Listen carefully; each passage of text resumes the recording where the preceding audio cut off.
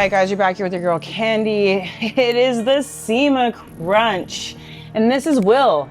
He's our audio and wiring expert. Yesterday when I was looking at this, I was like, where are we at?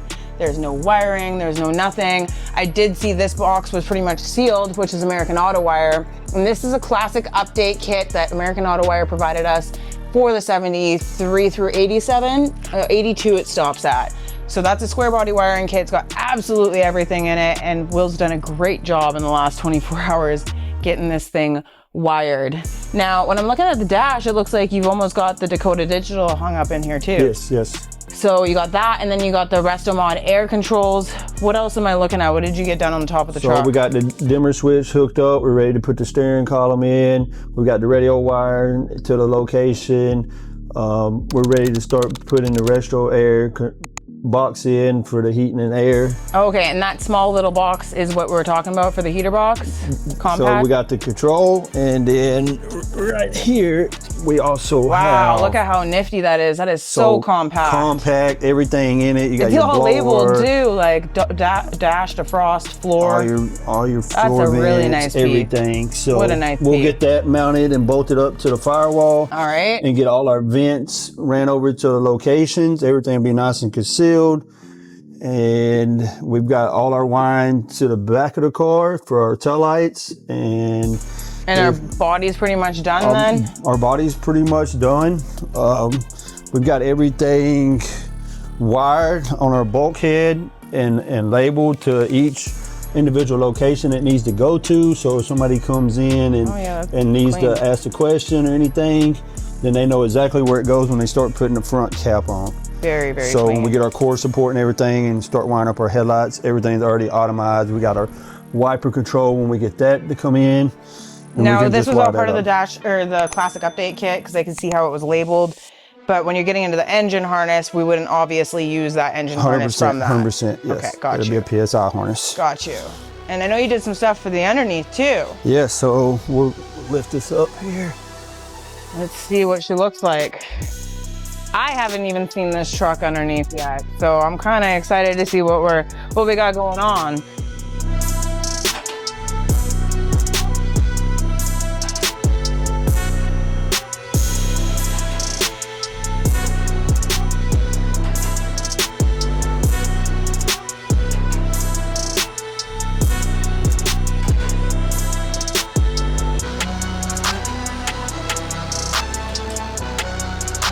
Damn, this thing's clean underneath. So as we come under here, we'll see, you know, we took the same. Wow.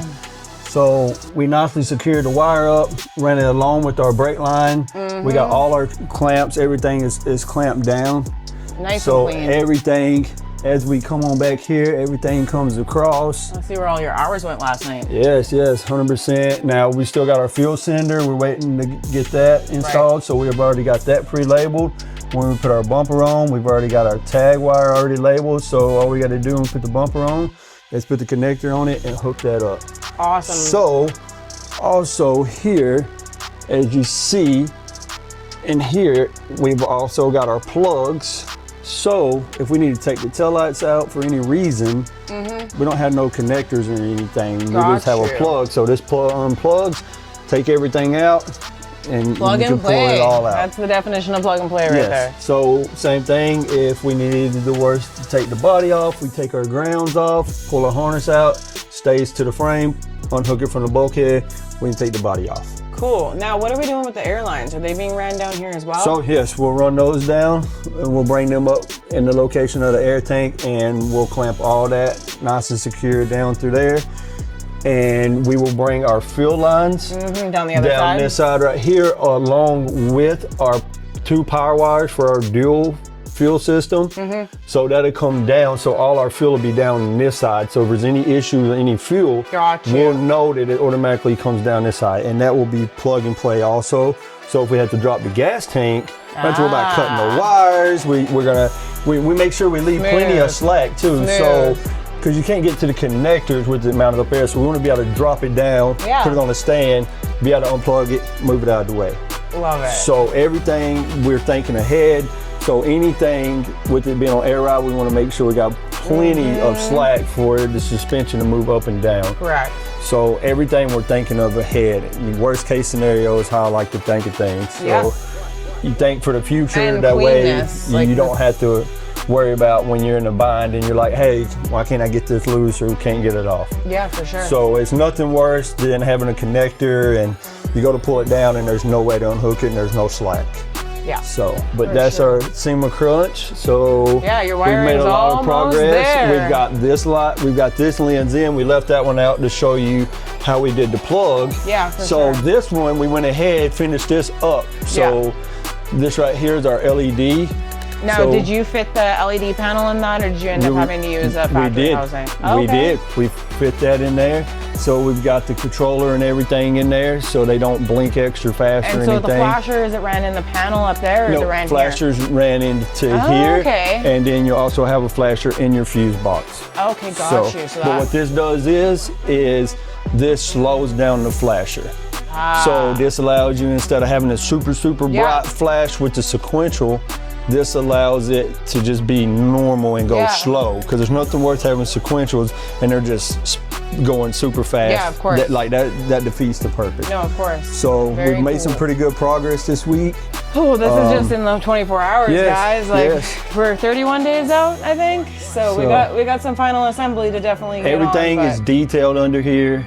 So that right there is a beautiful thing. Yes, everything. There's not anything that's not been touched. So what's next for you? So next we will get the airbox in. We'll start mounting the core support so we can get our front lights done. Perfect. And then we'll worry about getting our engine management harness ran to where we're gonna mount the ECU. So then we can work on getting this thing fired up. So very cool. Waiting on a couple parts to come in this week. So we're gonna focus on the core support, get that done, and wait on the engine management till we get like the intake in and stuff like that. So that way, once we get that point, then as soon as we start running the wire, somebody can be putting the intake on and we'll be ready to fire. Cool. So hopefully that'll be this week's goal. Hopefully will be to get this thing running. Under its own power. Under its own power and moving, so. And then we can expect you to go on to interior land. Yes. He does it all, guys. Yes. He does it all, guys. So so we're one stop. So we do the wiring, we do the interior, we do the motor. So we do everything at BuiltbyYO. So all right. Well, hopefully this gives you guys a good update. And tomorrow is a new day, so stay tuned. You know that this is definitely a crunch. It is an episode of Overhauling at BuiltbyYO.